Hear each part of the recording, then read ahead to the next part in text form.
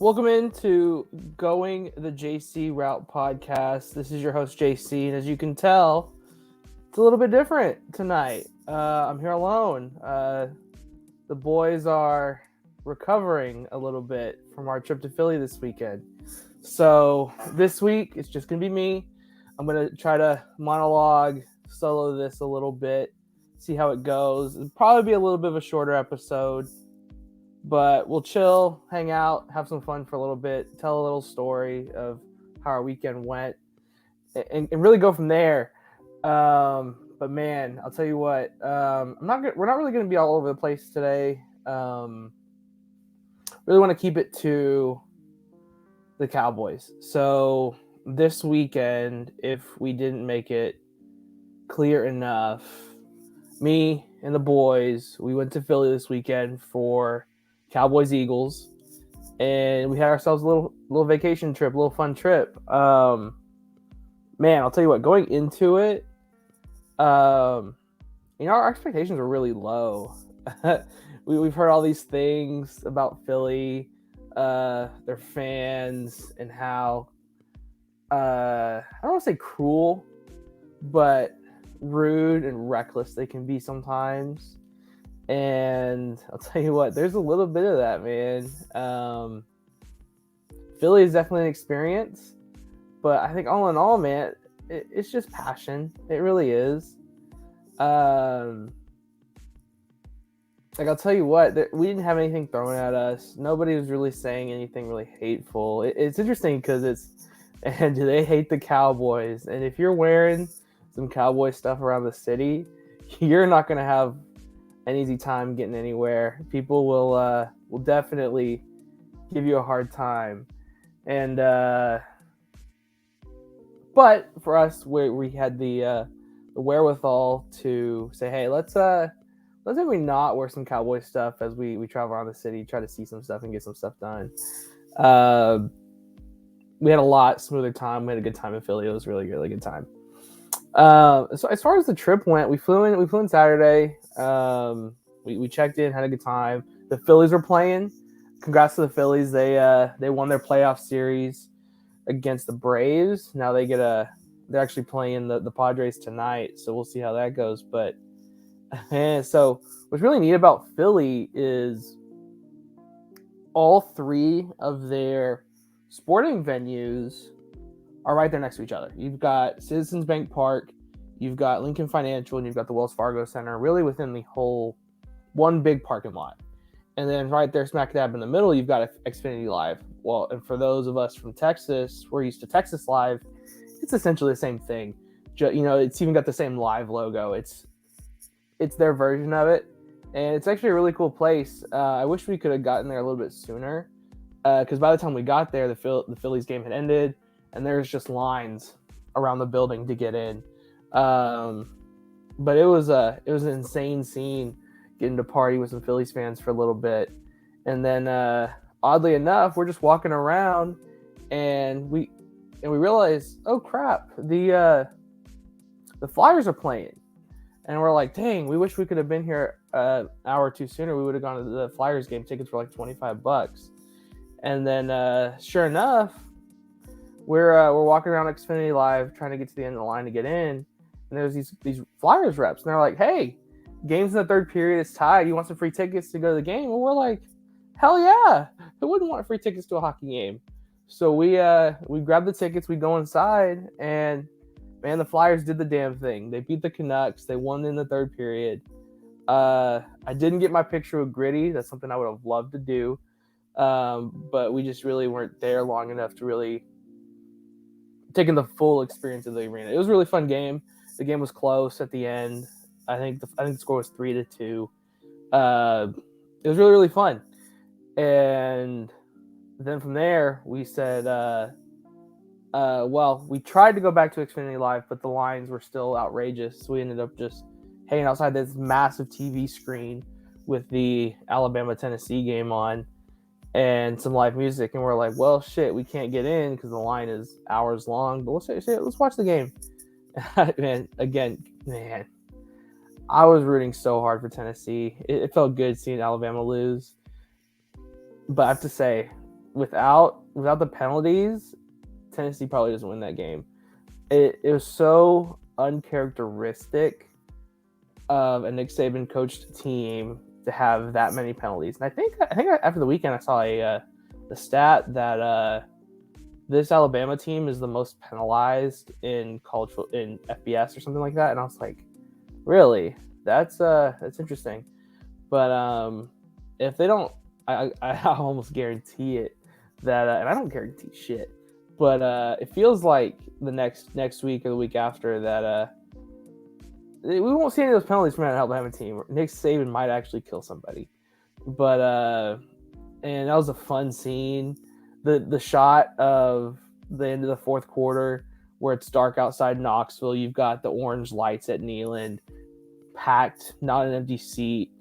How can you not be romantic about college football?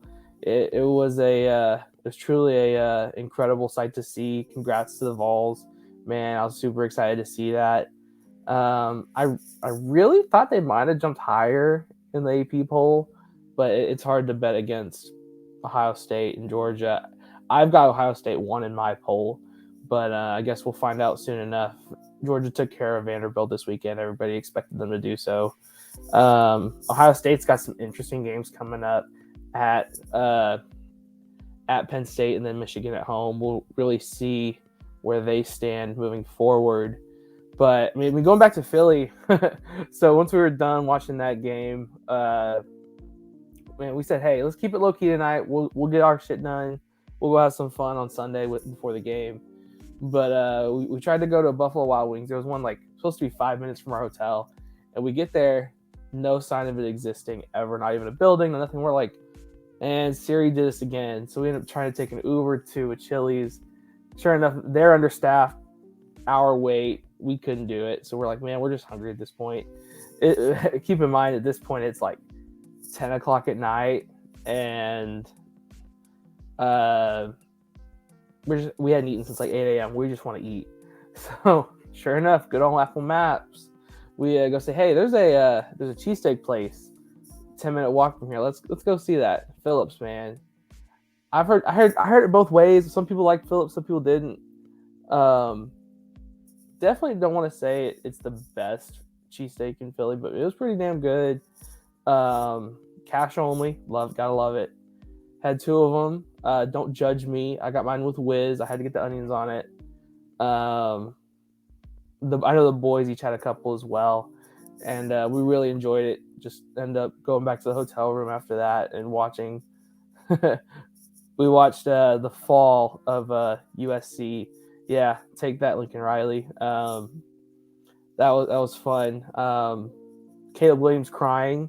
Dude, it's a loss. You got used to it at Oklahoma, I'm sure, but that's what happens when Lincoln Riley promises you, hey, let's go to the Pac-12. Come with me. We won't lose a game in this abysmal conference. Which this year, going back to it, looks like may have reverse roles with the Big 12, because normally the Big 12 has the higher upper end, and then the atrocious bottom end, with the Pac-12 being just the conference that is mid and all cannibalizes each other. Seems like the Big 12 might end up being that conference this year, given we don't know what the hell Kansas is doing, as they've lost a couple straight, including to my Oklahoma Sooners. Thank goodness we got that win. We really needed that to set ourselves straight and get right before the bye week.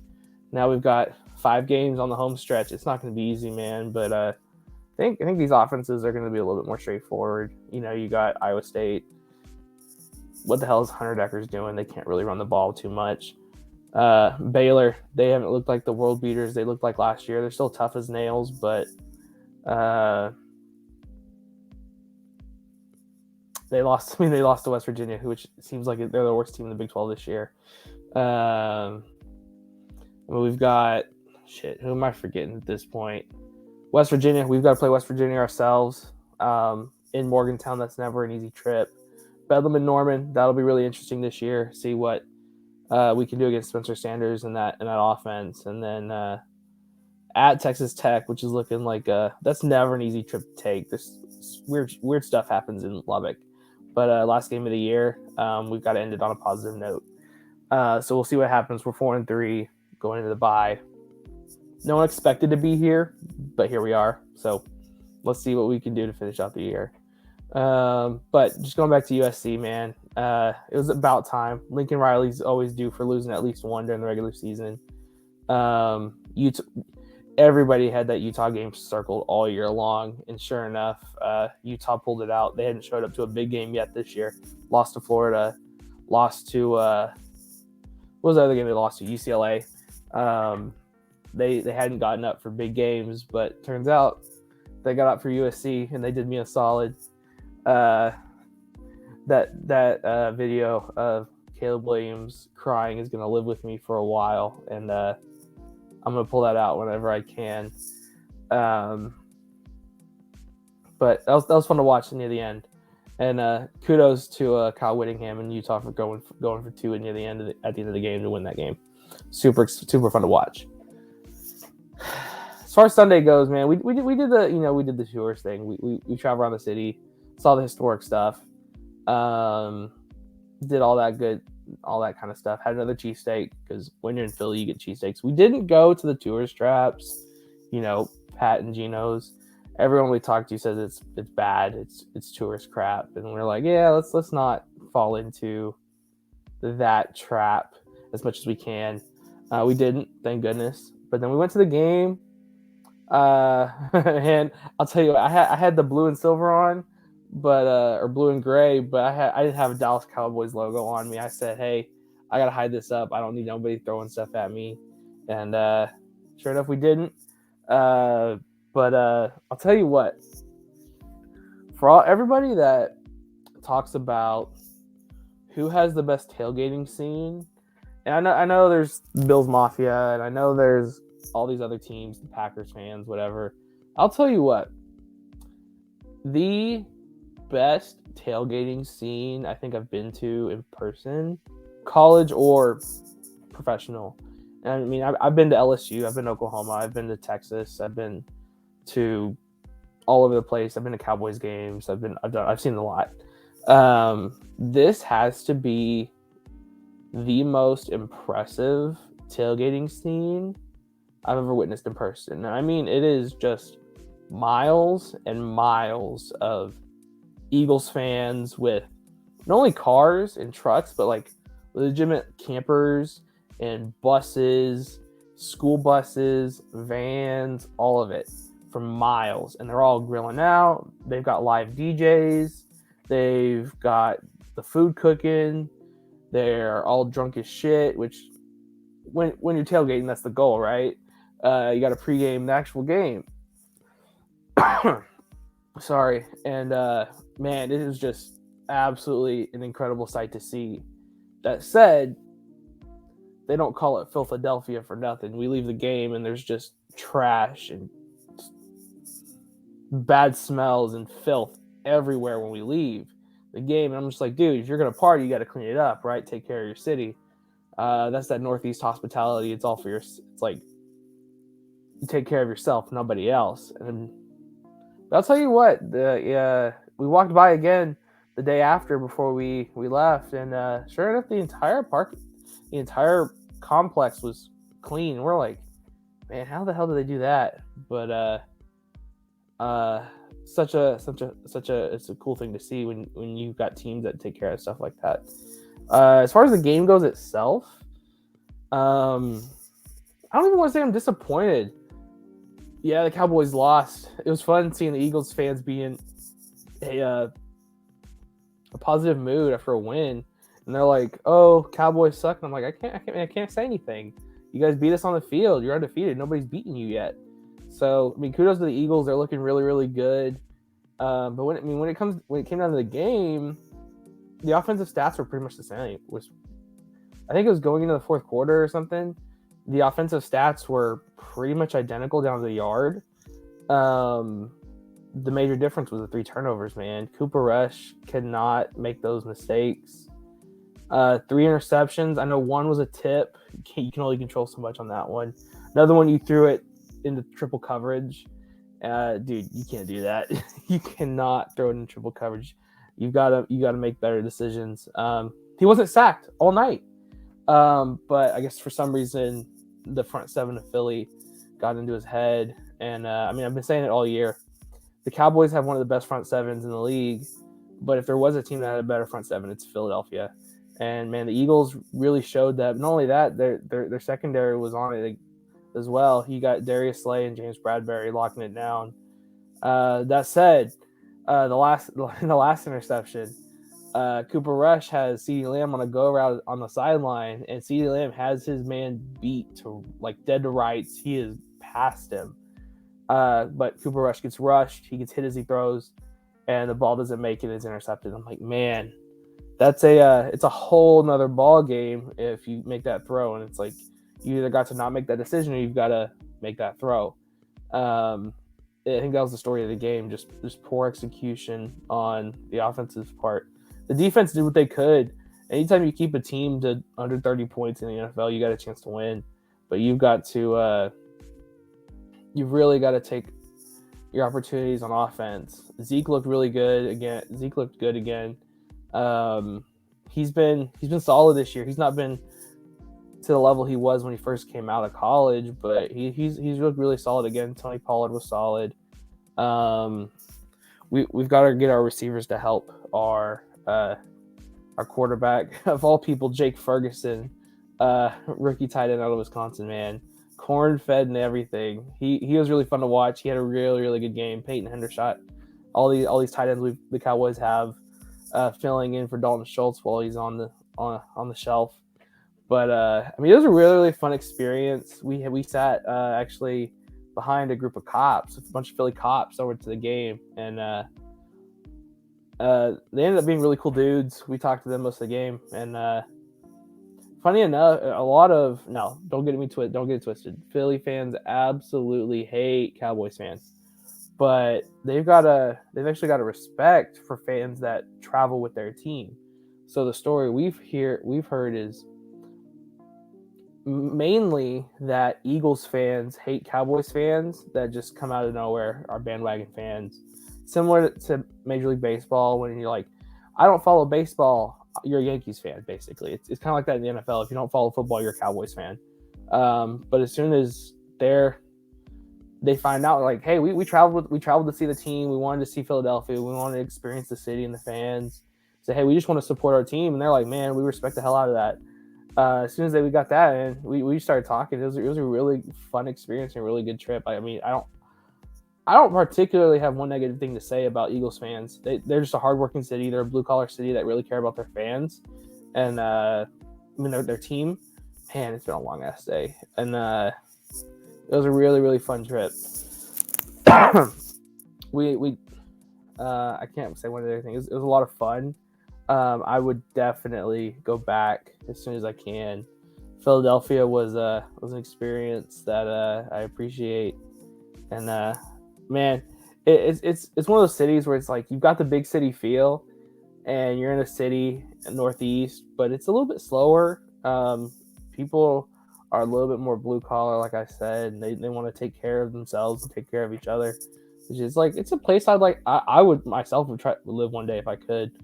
It was a lot of fun, but now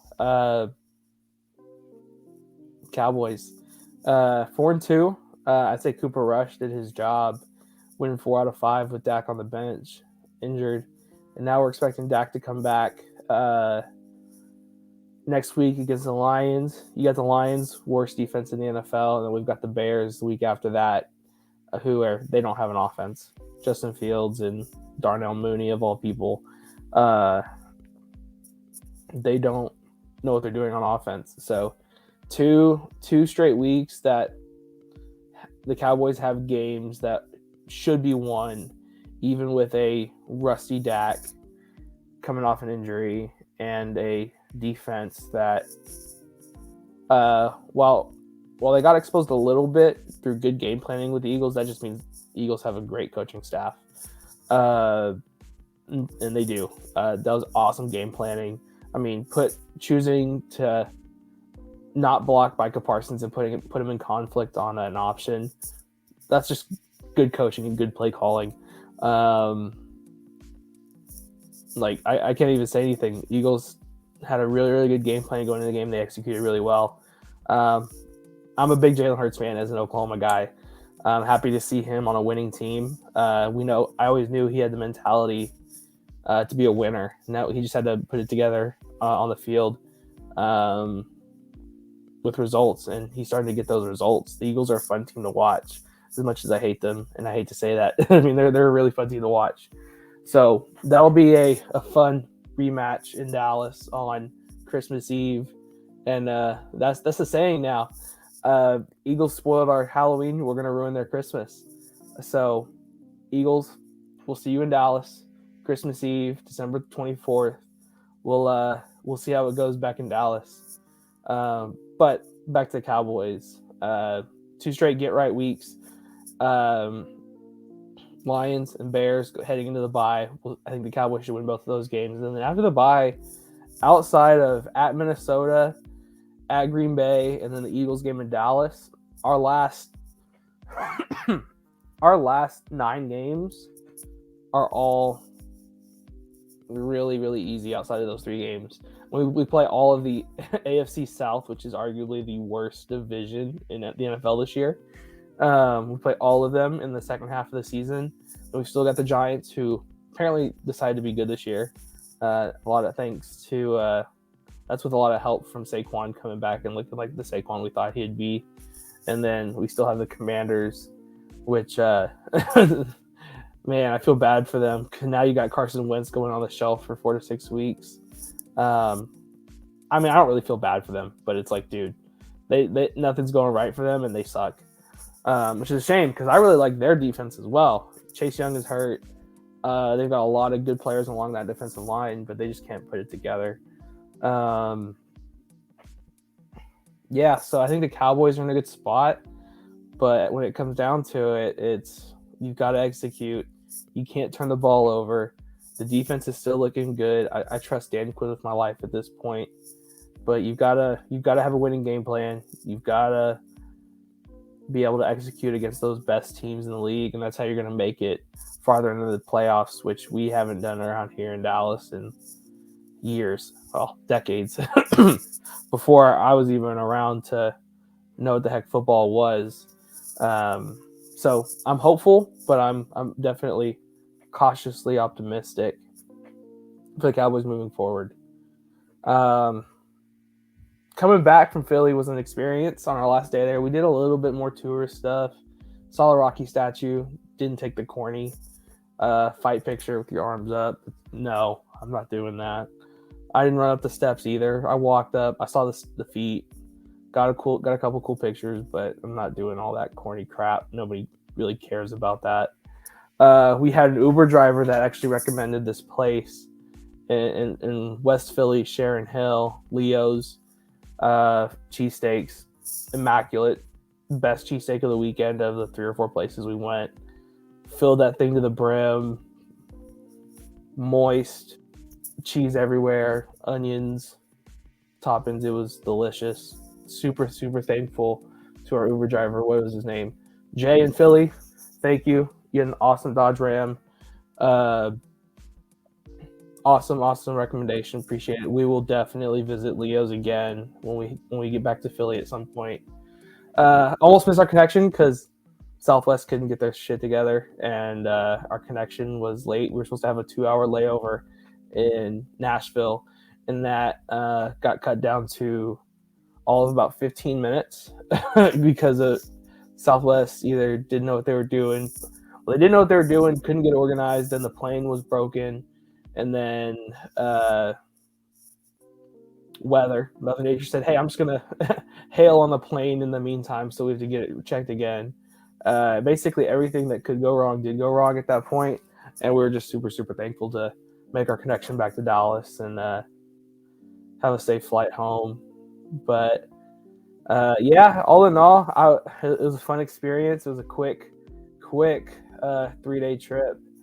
But it was much needed. It was a lot of fun, and I can't wait to do it again. I'm not going to do the whole around the college football, around the NFL. At this point, I don't want to do all that monologue by myself. but we're coming up on 30 minutes. I think I might just end it here since it's just me for today. But thanks for definitely. Thanks for Philadelphia for hosting us. Not really hosting us, but it was a really, really fun city, neat city. Do recommend going to visit at some point if you are willing and able. If you are a fan of any sports team other than the Eagles, definitely don't wear your any Philly teams, honestly. That goes the same for Phillies, Flyers, Sixers, Eagles. If you're a fan of any team other than Philadelphia, don't wear stuff around the city. Just save yourself some grief and annoyances. Enjoy the city, enjoy the food. Cheesesteaks are legit. I'm glad I'm not a vegan because I would definitely be sad. Too much good meat and cheese going around. Talk to people, man. It's a really cool city. If you talk to a couple of people and get to know them, you'll hear some neat stories. You'll hear some cool circumstances, and a really, really rewarding trip to have. Me and the boys, I know we're talking about it. We're hoping to get back soon. Not only get back to Philly soon, but also take another trip soon so we can experience another city other than our beloved DFW, Dallas-Fort Worth. But until then, we are supposed to be back on regular schedule next week. I'm not going to have much to talk about next week as my Sooners are on a bye. I'm sure we'll talk Cowboys-Lions. I know the boys are going to want to talk about their teams. Arkansas finally got a win. I'll own up to it. My prediction of Arkansas losing 4 straight did not stand the test of time. Congrats to them beating BYU. That's a tough test anytime you have to go to Provo in the middle of the season. Texas, they squeaked it out against Iowa State. I was really kind of hoping they would lose because it's. I was telling Aiden it's like typical Texas to win a game like they did against Oklahoma. Just absolutely misery on my end, but it was a lot of fun. What am I talking about? No, yeah, that's what I was going about. It's super, super typical Texas, or has been historically, for them to win a game like they did in Red River and then lose the following week to a team that is clearly inferior. Hunter Deckers is not that guy that everybody thought he would be. They just can't run the ball very well. And Matt Campbell is still having strokes at the referees, which is always the funniest thing to see on Saturdays. But I know the boys are going to have stuff to say about their teams. Oklahoma's on bye this week, much needed bye that'll allow us to get healthy, reset for the rest of the season. I'm super excited because Formula One is in the U.S. this week. The United States Grand Prix in Austin, Texas. I wish I could go. I'm not able to go this weekend, but I'll definitely be watching it on the TV. Red Bull is looking really good. Max Verstappen's won the title, obviously. Congrats to him. I'm hoping Checo can win some races here in the Americas. I'd love to see Checo win Mexico. That would be an incredible sight to see. Just his dad immaculately happy forever would be the most fun sight to see. And Ferrari's tears, as always. But look for us next week. We'll be back normal time. I know our last episode had some trouble uploading, so we basically missed a week and got uploaded really, really late. But I'll get this one uploaded ASAP. And then, like I said, we'll be back to regularly scheduled programming next week. Me and the boys will be back, and we'll definitely be all here together. We're going to have some fun. We'll chat it up for our normal length, hour and a half or so. But until next time, thanks for listening. I had a lot of time. I typically don't do the monologue thing, but this week it was necessary. I'm going to get back to work. Going to recover from this trip a little bit more, and then we'll see when we see you. We'll talk next week. Deuces.